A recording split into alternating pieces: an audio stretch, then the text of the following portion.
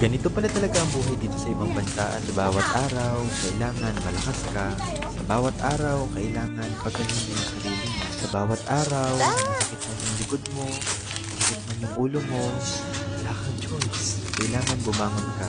Kailangan pumasok ka. Hindi kung kahit na sumasakit yung likod mo, yung ulo mo, sa bawat umaga, nagigising ka, papunta ng trabaho. Wala.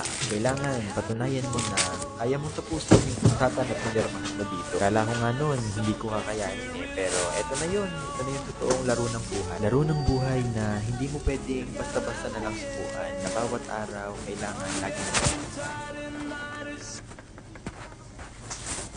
Putang ina.